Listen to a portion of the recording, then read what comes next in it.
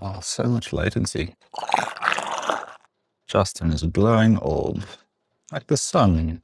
Is it working? Apparently. You've been piped in. Hello. Successful piping. You can hear my nonsense. I hear your nonsense. Sweet. Loud and clear. I have it. The 2-channel black hole is activated and working. Mine too. My black hole's going great. Glad to hear it. How are you this morning? We're audio hijacked and black holed. Yeah. Oh, good. A lot going on. Just good. Does this sound normal? No, not when you yelled into the microphone. It wasn't. No. But it's fine. It's fine now. It's fine when you're not yelling. Clipped like crazy. Oh, shit. Yeah. I usually sit back a little farther. Sounded like a Wookiee. This is where the guy should have realized Justin's audio is too hot. Apologies. Oh, yeah, you can do that. Well, to start my day, I had people messaging saying they wanted to buy things and Shopify wasn't letting them because they had an outage. That's the first time I've ever seen that before. Not the end of the world. At least they said something rather than just leaving and not, coming back. Yeah, that's great. It's that immense demand for the pants. Oh, is the hunger for pants these days? It slowed down a little bit. Yeah, I don't know. I don't know how to analyze. In some weird way, I feel like the performance I have to do is to keep posting about it so that people see it, but I don't think that's the case. In this weird world of reels just disappear after 3 minutes. Nobody sees them again. So yeah, how about you? Instagram performance this last couple of weeks, particularly terrible. Mm-hmm. I don't know, it just seems to go through waves, but yeah, really, really low engagement. Yep. Maybe it's punishing me for being slack the last sort of month or so. I'd love to know. Wouldn't we all love to know how it works? But yeah, my videos bombed for the most part. Isn't that so encouraging? Like when you put effort and then it would be better if it was just consistent than like this. It feels like a complete, what would you say, lottery, right? We're just like throwing stuff at. Totally, yeah. I say to Ricky sometimes, well, hopefully the algorithm gods like this video because it just feels like sacrifices, Yeah, exactly. Is it similar on YouTube? Man, YouTube is changing. For the longest time, if you were just doing your standard video, upload, non-short form video, it would be the same kind of trajectory. Yeah. My videos never hit a trending zeitgeist ever, so I never experienced that. You get a percentage of your normal viewers that have notifications on, and then it would slowly trickle up over time. You might hit a little wave that, just a kind of a steady arc going up. But now they're doing something more similar every once in a while to like the short form where you put something there and it like spikes and you're like, oh man, it's going to go crazy. And then it stops and plateaus. But that's kind of like how every platform now feels like they test you against all these people. And then all of a sudden it's just dead. I put a short up today on YouTube of that Ruby tip Renishaw probe thing going in and out, and it's like the worst shaky video, but it has 9.2 thousand views, which is high for me on those, and it just, it goes up immediately to 8,900 views and just straight across, flatline. For no apparent reason. That's when it's easy to get suspicious, those flat lines. It's like, why did that peak? It's for political reasons, obviously. Yeah, I did a little experiment on my little video from a couple of months ago of throwing aluminium parts in a cement mixer. Oh, that went well. Yeah. That went super well on Instagram, and then I forget about TikTok most of the time, and then I was like, oh, maybe I should, that went so well, I'll throw that up on TikTok, having not done anything on TikTok for months, and it went almost to the identical numbers. It was like 370,000 views on Instagram and almost hit the same within a week on TikTok, but then they both plateaued at the same. So weird. Really weird. No, I was kind of validating in a way of like, oh, okay, so maybe, people are obviously genuinely interested in that video. Like it's working on both platforms. What about that is engaging? Hey, nice parts department logo behind you. I just put those up today. Fresh? Yeah. Oh, I've been thinking about making one of those. Yeah. You could like have it hanging down behind you, like off the ceiling. Or just have like floating graphics that come up on our screen. We could put an advertiser spot right here. This episode brought to you by... Right in your hand. I probably need to move it. It's not the best spot. My head's usually right there. I guess I've moved my credo over here. Probably can't read it all. Nope. Nope. Not on potato cam. Not on potato cam. Anniversary PS. What's that mean? What does this mean? What's mean? It's the 1 year anniversary of the pencil sharpener arriving. Oh! I feel like we've had it way longer than that. But yeah, my phone reminded me the other day. It's like it reminds me of your children's birthdays. It's like, oh, look what happened a year ago. It reminds you of your children's birthdays. Happy birthday to you. Happy birthday, Mr. Sharpener. Happy birthday to you. And yeah, and I was just thinking, I want to make a little video about it. I think I'm going to make a YouTube video about it. You should. YouTube. I should. But no, I was just thinking it's been a nice validation of like having committed to building a custom CNC machine, commissioning and building. It's like, yep, that was worth doing. Glad we did that. Mm-hmm. Because whilst it doesn't run flat out all day, every day, it has been a game changer for our process. Yeah. And just being able to really commit to that product line and sell as much of it as we possibly can and still have room for production on that machine. So it's kind of like the Swiss lathe of timber dowel processing of wood. Title option. I had someone reach out last night with a photo of a reamer with a very entertaining English as a second language title on the packaging. They said I should send to you for education purposes. Oh yeah. Now I'm curious. Yeah. No, it's been good. It's exciting. I mean, those kind of dates, like with the mill, I think it passed this summer of having it, and it just made me feel like I hadn't done nearly enough with it. And so, in a related note, yesterday I machined a pallet on the Pearson base. And it feels so good. They like came out really nice, like did a really slow single direction like facing with like a small end mill. So it had to fit in all these little spaces, but it's the same consistent finish all the way across. It like has a little iridescence to it, and I'm sure it's not as smooth as other people could make it, but it's got all the fixturing on it, and the fixturing works. Feels fantastic. Great. Yeah, it feels really nice. I love that photo of your face with the reflection in it. Was like, there's on point. Thought to send you the first version of that, because you know, like when you turn your phone on and it's like on Zoom 3 instead of 1. Well, like it was like this of me. It was hilarious. No. Oh, that happened to me too yesterday. I got some video lights in the mail yesterday. I saw those. I finally bought some video lights and I was setting them up and just testing with a couple of just phone selfies. And just the crisp fidelity of like having these two lights. Amazing. But yeah, the palette looks fantastic. Yeah, thanks. So that just vacuums onto the Pearson base. It does whatever the heck it does when you pull that thing up and the pins come in and then you put it down, you push the thing. It's some reverse airflow vacuum. I don't know what it's called. Vacuum, or is it kind of spring?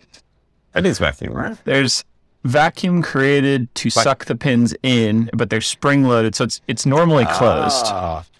And so you need the airflow to, it would lock up. I thought about taking it off. So that's one thing I haven't done yet is I need to like find the right grommet to go through the side of the machine so it doesn't like, you know, chafe constantly on metal.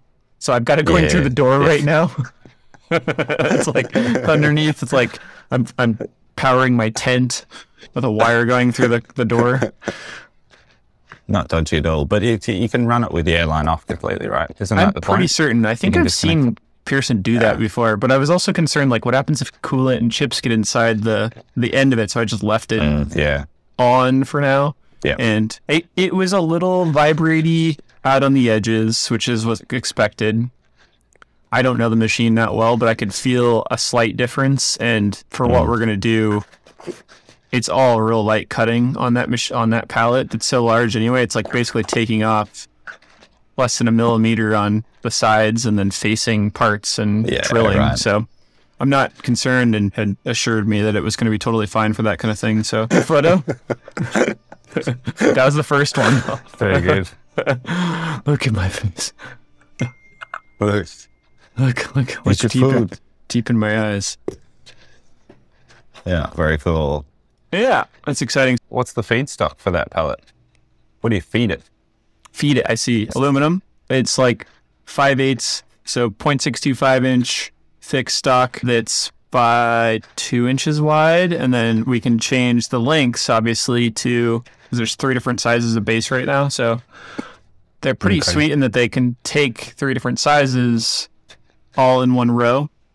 And then if you're doing the smallest version, the 2 by wide, I can put multiple in each row, and they index with pins. And have you got where's the indexing on those pins? I don't know if I those drill posted points. any photos. Yeah, you can see there's kind of like parts in the middle of the the only one in the row. The thing I think I'm going to add still is like, I don't know if I'll do outlines, but I'm gonna engrave where op 1 is, op 2, so it's just like dead simple to like understand. Basically, you can look at it and load it without training. It's my goal, and not have to know where the cam is and all that. Yeah, it's really satisfying to engrave in metal. It's probably one of my favorite things about the mill so far. It's just like super crisp, easy to do. Cool. What's that lean expression? Pokeyoki? Make it idiot proof. That's Pokeyoke. That sounds like we've westernized that a bit. I don't know what it is, but I know what you mean. Pokeyoke, yeah. Pokeyoke. Mistake proofing. Yes. There it is. I always loved that example. I think Honda's made that cool little Pokeyoke inspired 3D printed thing for like packing bolts, the right number of bolts and washers into bags. Like you had to fill out the little card with the hardware, and they each had a little hole, and then it had a pour on the bottom. You just kind of tipped the whole thing into a bag, and it meant that you could kind of visually. Oh, I don't know if I saw that one. You had inserted all the correct hardware before you tipped it into the bag. It was very cool. I love that stuff. Yeah, me too. Especially when the goal here is that Ricky would be able to help do, just change cycles out without really needing a full training on, how everything works. And I'd say one of the most satisfying parts about using that base so far is like I got past trusting, like that video I had of the probe measuring the pin is like, it was within 0.3, which I think is honestly probably the measurement of my probe's probably not that accurate. So I measured the pin, which is what they suggest. You set that to G59, and then everything else after that is theoretically good if you model it right. So I was real nervous about that at first, but made sure that my models were accurate and not like inset into the base and all that. And then after that, what's great is you just leave it there, and as long as your cam is right, then it's dead on, and it repeats when you put it back on, and you can move it between machines that way, which is super cool. If I had more than one machine. Yeah.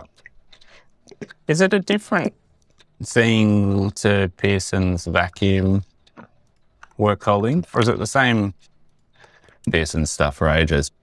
Could you put like thinnish stock on that base and just have it the same device? You buy a separate pallet, and it has an inlet, I think, in the side for that same 1/4 inch push-in connector. And so then your base uses air, and then that uses air, and it sucks through the top. That's my understanding, which I'm almost certain we will do, because it's so convenient that I don't ever...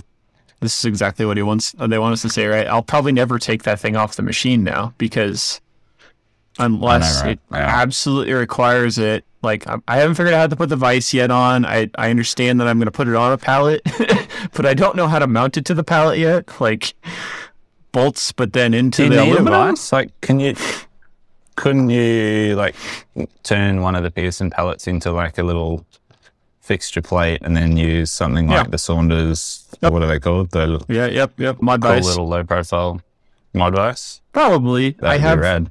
I probably should sell one of these vices, but I have 2 Kurt vices that are $400 to $500, and I just want to like stop spending money on fixturing. So I want to at least figure out how to do it, I guess. And then after that, fair enough.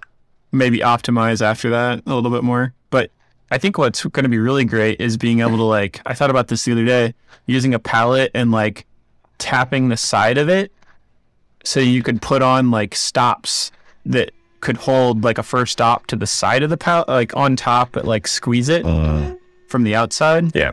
And then you could use the top of the pallet for like a mod vise or something if it was, you know, larger than that pallet or something. I don't know.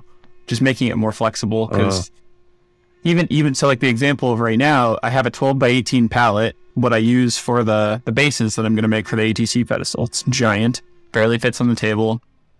And the bottom is super sharp. So I probably need to get a back chamfer, but if I want to flip it over and like chamfer the back side, I have no way to hold it at all currently. So I don't really know how to go. I mean, it's kind of a weird edge case, but. No, you're just making me want a mill really bad. Do it, Jem. Just buy a mill. Nobody will know. It's pretty fun. It's slow. For me, anyway. I'm really intrigued. We've got this client at the moment. They convert classic Land Rovers to electric drive here. Oh, and they've got cool. this wonderful brand. Like, they just do these immaculate conversions. Jaunt Motors, you should look up their stuff. They do an amazing job. Anyway, we've been doing some aluminium machining for them on and off, for like some battery box prototypes, and we just machined a bunch of like dash vents and like little things that they then, you know, get finished and powder coated and put in their vehicles. But I'm really intrigued that a company in Melbourne doing beautiful vehicle restoration work is employing a plywood specialist in central Victoria, an hour and a half away, to machine aluminium on their router. I'm like, what? Where's the gap? Like, should we be buying milk? Why are we getting this work? You're either too cheap or the only one that'll do it. I definitely don't think we're too cheap, but how big are the parts? They vary. Like the battery box parts are quite big. Parts probably have to be done on a router unless you've got a really big mill. Because we cut from a full, 4x8 sheet about 12 mil, 1/2 inch aluminium. But, the parts we were just doing yesterday were little dashboard bits and bobs. But also thin sheet stock. So maybe vacuum router table setup is more appropriate than a mill. I don't know. Yeah, probably. My guess is we used to get, there was a bit there where getting like kind of big piece aluminum quotes like all the time. And I kind of realized that I think we were,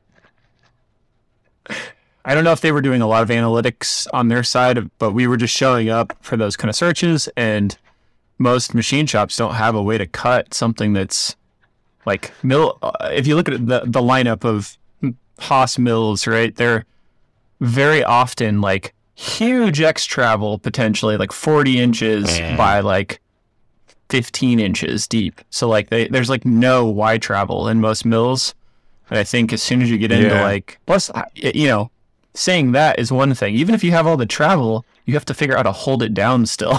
So like we have that magic sauce with the vacuum tables that really makes it easy. And if you're not like looking for supreme accuracy, then it works. Yeah. And I think I would guess like they like that you're done the other parts well, and they don't have to go source another place to get it done for the smaller parts, Yeah. I've said, we certainly can't offer supreme accuracy. Like I think 500ths, what can we do? Like I would never, like typically to a client, I would say we can't go offer more than sort of 0.1 mil tolerance, which is, I don't know what that is in, but the machine's probably doing half of that. Jesus, that's tight. So that's 3.9 tenths, 0.00039. That's really small for us. We give, mostly because we don't feel like we can accurately even measure it. We don't give more than like, what would it be? More like 0.5 mil, I would say, is more like what we usually give for, especially like just most things, because most of the time people don't need it, and if they really do, then it affects how we might quote it. And anyway, if it means, I don't know, it's good. It's a good thing. Yeah, it's been great work too for John to get his teeth into and get comfortable with aluminium.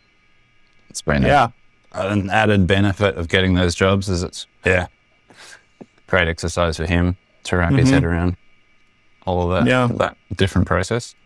Been cool. Oh, kind of tangentially related to aluminum and the mill and routers. I had never done any slotting on the mill before. I was just like, I'm definitely going to break tools. Like, all of my thoughts and knowledge was like, always do some type of, nibbling on the sides, ham operations, make a space, adaptives. And so yesterday I was like, this is stupid. I was going to do these little slots like back and forth. And it was like 45 minutes of machining. It was like, 400 wide or something. And I had a 375 tool. So it was just going to go. And so I asked on Discord, and they're like, oh yeah, you can slot that, no problem. And so like I slotted like 300 deep across the thing, super slow. And it was just like so easy. I don't know why I was so concerned. It just felt wrong coming from, routing when it's so easy. Yeah, I slot. Whenever I cut aluminium, I always just use this 1/4 inch tool. An Onsrud cutter, which I love. But yeah, we slot 5 mil deep in that. What's that? Yeah. Nice, deep, aggressive slotting. According to like Nick, who was answering my questions, where you look for the trouble is like if it can't evacuate chips, which makes total sense. Like if you bury it so far that it can't get the heat out, then I don't know. Yeah, makes sense. I'd never had like a rule in my head. It was just like, don't do it in metal, Yeah.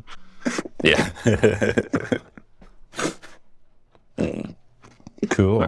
Our next two items conflict with each other, so I wrote upsell and cross-marketing apps because I added this little app to our NAC shop when I relaunched the calendars this year called Assortion. Yeah. It's a free, kind of like frequently bought together, and you can do other stuff with it, but it's like, it'll supposedly automatically give suggestions. But from the start of selling, it's calculated that we've had an additional, these numbers are small, but this shop is small, right? It says it's calculated $400 extra in revenue on like $1,200 we've had at sales of those calendars this year so far. So that's super rare. People they usually buy a calendar and just like check out. That's it. So they've been adding almost like doubling their carts through this silly little free app. Wow. So I just thought that was worth bringing up because supposedly the click-through rate on this little app, 17.5%. Which seems really high. Link, please. Yeah. This is not a Shopify store, though, is it? No, it is. Yeah, I was always on Shopify with them. Yeah, I'll put a link. That one's Shopify. Okay. Yes, link, please. Yeah, for free. Give me a link. It's coffee time. Yes. Can't help myself. Not enough buttons. I've forgotten what they do this week. Yeah, but there's other versions. I have a paid version for the CNC shop, which I may get rid of, but it seems like it might have a better potential. Yeah, we need to. It's been on our list to add something like that to our store. And I know Jay has looked into it a little bit, and I can't remember what the issue was, but it was difficult for some reason. But I'll check that out. I had to do a little custom styling with the Assortion one, but the other one like adopts your site's like styling capabilities. I'll put a link to that too, but it's kind of impressive how well that worked. I think it's just called frequently bought together. It's converted Awesome. 2 sales for $190 on the paid one. So Great. I figured it'd be good for you. Yeah, for how many things you have going on. Be good for me. Now 350 variants. My counter to that is I'm really bored of the cell right now. Yeah. Like, I really enjoy making videos, so I just need to knuckle down and sort of embrace that and take pleasure in doing that. But at the same time, I'm tiring of the sense of pushing content down people's throats. But Yeah. we need those sales to run a business. So yeah. How is that corresponding with the success of those things? Those efforts? What do you mean? You said your videos weren't doing as okay. well. I Do you see. think that relates, or is it just like a general thing? Oh, no, totally. Yeah, no, of course it relates. Yeah. When web sales are slow and response to content is slow, then yes, that has an effect on my enthusiasm, absolutely. Yeah, for sure. But more sort of in the broader sense of like, I'm spending a lot of my week now either making content, editing content, or like in the back end of Google Analytics and Google Ads, poking around, looking at reports and numbers. Fun. And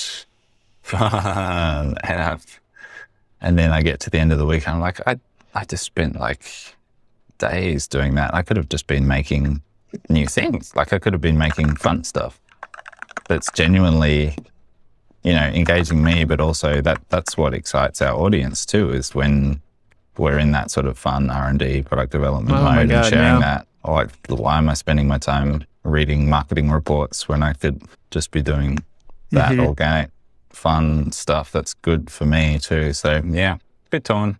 Yeah. We'll see.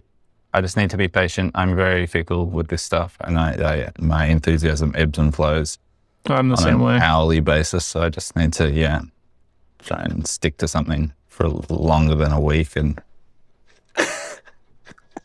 see where it goes. It kind of reminds me of that book that Alex had recommended that I ended up finishing listening to. I can never remember. I'll put a link. The boss, how the boss survived his own business or something. It's about this woodworking company that it's like 30 years old in like 2010. I did look them up. They are still around, which is interesting, but it got pretty repetitive, I would say. But similar to like the E-Myth or other books like that, it's probably just great to hear other people going through stuff you've done or you're trying to do or wanting to do. Like in the case of, I think Alex brought it up for sales related things because we were talking about that here, and it ended up talking a lot about sales and the burn rate of this company. It was just absurd back then, right? Like it was like $100,000, like up, I swear, like a month. I forget the exact numbers, but he's constantly going through how much money they're burning and like how many days they have and, what to do about certain salespeople. And they end up hiring a consultant for sales, which really helps them and some of the tactics that they use then. So I wouldn't say it reinvigorated me, but it did help me think about how to potentially hire a salesperson a little bit differently than I would have thought of previously. Great. I definitely need to read that. Good timing. It's pretty easy. I would like listen to it and like do other things often. Yeah, I'm a fan of audiobooks. That's all I can find time for these days. Same. Put it in my ears. Yeah. Although the guy, I will pre-warn you, the narrator is not the author, and he says CNC like a damn robot. He's like, CNC. And I'm like, no, that's not how you say it. Stop that. One word. CNC. It'd be like if you're reading a normal sentence, then he just stops and goes like, how do I say that again? CNC. Classic. Good. I have a recap of last weekend. Ricky and I prepared and finally did this Makers Market. I think I probably mentioned it to you, cool. I think after we were finished last week, but we just kind of knew it wasn't going to be like the best thing for us, but we're like, we'll probably sell some calendars. We just gotten those ready. I had, a a decent amount of stuff. We brought the NAC wall and set it up and just wanted to get like info and feedback, and kind of decided the best route with that would be if people wanted custom versions of it, we could probably take that on easier than to try to make it ready for purchase. And so we had quite a few people interested to talk about it. I had a guy that was really interested in putting it across his entire 2-story loft wall. I was like, let's go. Awesome. Let's try that. So they would take information. And then speaking of that sales book that I was just talking about, I realized about 2/3 of the way through the show, I was like, I should be taking their information, not letting them contact me, right? Like, yeah, absolutely. Fail at that. But I'll call you. Yeah, right. The real deal breaker situation, the real sad situations, we sold $35 worth of product in 6 hours. And we were both so frustrated by the end of like, people would come by and look at it. And these are cool. Look at the calendars, and they just keep going. And I've said this here before, but I don't know that I'll ever do one of those again. Like, Erin says, my business doesn't fit well in them. I think she's probably right, because it's just like hands down a terrible showing for us every time we do it. So I don't know. I figured I'd tell my losses here. Yeah. I mean, if it leads to other custom work, then maybe it'll work out. But that was always my issue with doing those sorts of events, is that we could just never tell. Had great conversations, potentially got some really great leads, but it was impossible to tell, like, in the month that followed, how did that convert, and was it worth it? Because it was never worth it on the day. But maybe it was we grew really fast in those early days when we were doing that sort of stuff. I think we grew, we doubled in revenue every year for like the first 5 years or something. Like, it was just this mad, exhausting trajectory. And that was the time when we were doing all that sort of stuff. So maybe it was part of that early success. I don't know. Yeah, for sure. I mean, that was my only hope. There's 2 things that happened that was redeeming. I would say 2 redeeming things. One, realization was, I'm probably never doing this again. Like, we lost money for sure, and it's just exhausting. Like, you do so much effort, set up, take down, worked extra time to make it happen, But the 2 things that were great is somebody local came up that has a different type of CNC machine. It was like, hey, I follow you on the CNC Instagram. We would really like a dust boot for our machine, and it's one we wanted to try to expand into, hopefully. So we're going to work with them on making that work. I guess, I don't know why I'm hiding it, but they have a Laguna, and they seem to be pretty popular here, and they have these ridiculous actuators, but it should prove to be fairly easy to adopt. And they have, I think, only behind your 50 mil port version, it may be one of the worst ones I've seen. Okay, cool. I mean, all the machines are just bad, it seems like, at dust collection. So that's good for us, because we can keep fixing them. So that was really positive. We've already emailed about that, and I just need to dig into that at some point. And then the other thing, Ricky and I just kind of chatted a lot of the time about like product ideas and new things. So that was fun. And the hell was I going to say? Realized we could potentially do some custom NAC wall. Crickets. Yeah. Crickets. Couldn't find the button fast enough. I think it's this one. There you go. Mm-hmm. I like the feedback in there too. That was nice. Yeah, I think it's like one of those bug zapper. Oh, bug zappers. I love your last question there. What are you willfully ignoring? That's chatting with Joe about something else, and that kind of came up between us. And I was like, I'm going to ask Jem that this week, because there's some stuff I'm ignoring for sure. I wonder what Jem's ignoring. I don't know. If you'd asked me that a few months ago, I would have had an answer that was not suitable for the podcast. But I feel like I'm getting better in that respect. Good. Found a little bit boring more, answer. A boring answer, I know, sorry. No, I've found more. managed to find more reflection time. I'm not saying I'm not ignoring anything. I just can't think of anything right now. I've managed to find more reflective time in my schedule, I think, as I've come off the tools. And so, yeah, I'm more on top of not ignoring stuff by just being busy for 100% of the time. Yeah, that's nice. Yeah. What about you? I might have to come back to that question. Yeah, for sure. My recurring problems like that are usually more like decision-making and personal kind of like quandaries of like wanting to do the right thing with like somebody asking a question, but it's like, I don't know, potentially revealing of like a process that I don't want to like, or a tool that's key, kind of like not necessarily a trade secret, but just like something that, I'm pretty open about most things, but there's a line or something. And so there's just a couple conversations that have happened, in the past couple months that I'm just like, I don't know how to respond typically to them. It's like, how do I say I don't want to tell you this? Like that's too far. Yeah, so there's some of that. Yep. There's nothing crazy. Trying to handle, launching new products. There's just, I don't know if you find this, but it feels like there's always a bunch of things you don't expect, and then dealing with trying to make it right for the customer, but not like going broke in the process.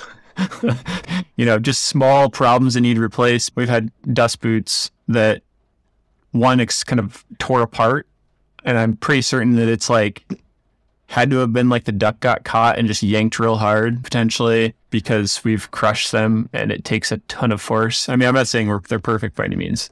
Just hard stuff to deal with that you're like, I want to work on the new thing and not like try to solve these problems that are kind of open-ended. Like there's no like definite way to solve them. Yeah, that's what's that expression? Please hold, listeners, while Jem thinks of the word. No, it's gone. Yeah, something I'm willfully ignoring, like consciously ignoring at the moment, is that I'm supposed to be out of the sales process. I'm supposed to be overseeing sales. And ultimately I'm responsible for it, but I'm not supposed to be doing it. Yeah. But interesting.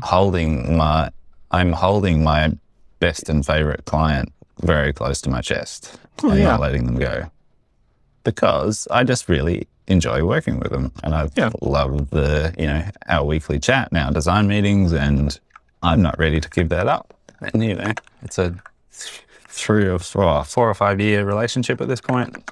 And I'm at one level, I'm scared of handing it over because I don't want it to be damaged. And on another level, I just really enjoy it. So I'm consciously ignoring that and just hanging on to it. Sure. Yeah. So I'm not sure what to do about that, but interesting you say that. I'm not going to say that I believe this to be 100% true, but the sales consultant in that book, who was always talking, the owner of the business, kind of corrected or like pushed the owner strongly that like he didn't know what all the sales leads and processes were at the time, even though he was the sales manager, because he was moving himself out of sales, even though he was the best salesperson. So relatable to us, right? He was just saying, this is crazy. You can't not know all of these processes, all these jobs, and they didn't really have a CRM set up, so that didn't help. But I don't know if I don't know enough about sales. I personally want to be like, all right, hands off. Like if somebody else comes in, I don't want to have to constantly be thinking about every job like that anyway. That could be just, once again, bad sales tactics by Justin. The book I'll write someday.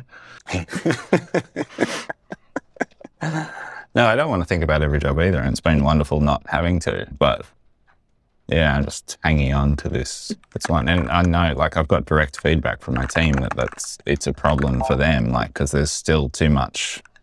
They're big jobs. They're very meaty jobs that we get through this relationship, but there's still too many little details in my head. And so I'm trying to really get better at ensuring that I've dumped everything out.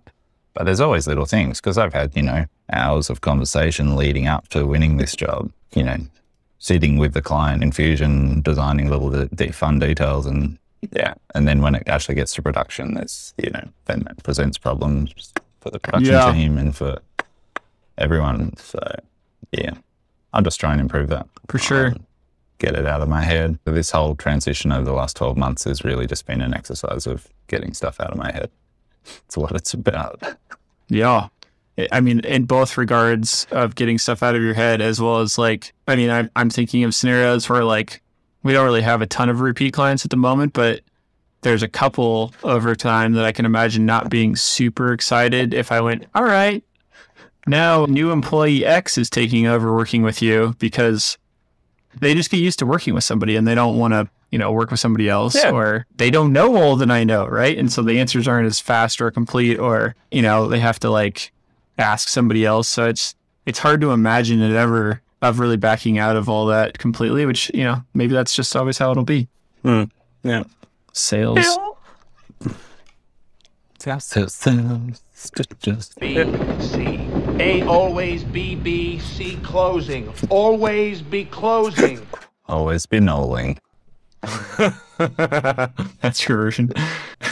Whenever Erin comes into the shop, she'll Ricky is very good at organizing stuff, but Erin will get bored, and she just was organizing. I got her the one time when we were working on our cabinets.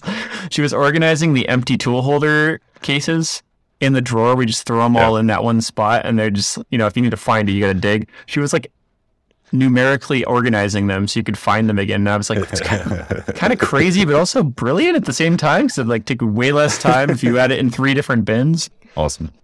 Yes. What's on for you now? I have some family coming to visit this afternoon. It's the thing that I've been talking about with a couple of friends, how we're all 3 small business owners, and we're related, that all of our spouses have said something of the same, where it's we're the person that never stops thinking about work and business. And on the outside, that always comes across as I don't know if it's selfish, but it's hard for the other people around you to be a part of that sometimes. Why do you not want to talk about anything besides your business? I'm excited to see this family that's coming, but I'm also thinking I just want to make pedestals. Let me go play in my mill ring. It's all I can think about, which I think is part of what makes you good at, accomplishing something when you do what we do. But it's also hard for me to just go, all right, now I'm going to sit and go have dinner and not also be thinking about something, focusing on them. I have such a hard time with that, disconnecting from the projects I'm working on. Yeah, that's super hard. I can definitely relate to that. Yeah. Definitely. Yeah. It'll be good. We're going to stay in a little cabin on the mountain, which is kind of fun. Yeah. What are you up to? I've got a video to edit today. And our collab with Never Too Small, the YouTube channel, I think they're dropping their end of all the promotion today. Yep. So fingers crossed we'll get some sales off the back of that, because web sales have been super slow the last few weeks. Yeah. And tying up some loose ends towards the end of the week. Yeah, should be a good day. Yeah, it's fun. In my little cubby. Ben's going overseas next week, so bunch of handovers to do with him, and just make sure everything's in order before he exits the building. And that's good. Cool. That's it. See you next week. See ya. Awesome. Bye. Come on. Bye.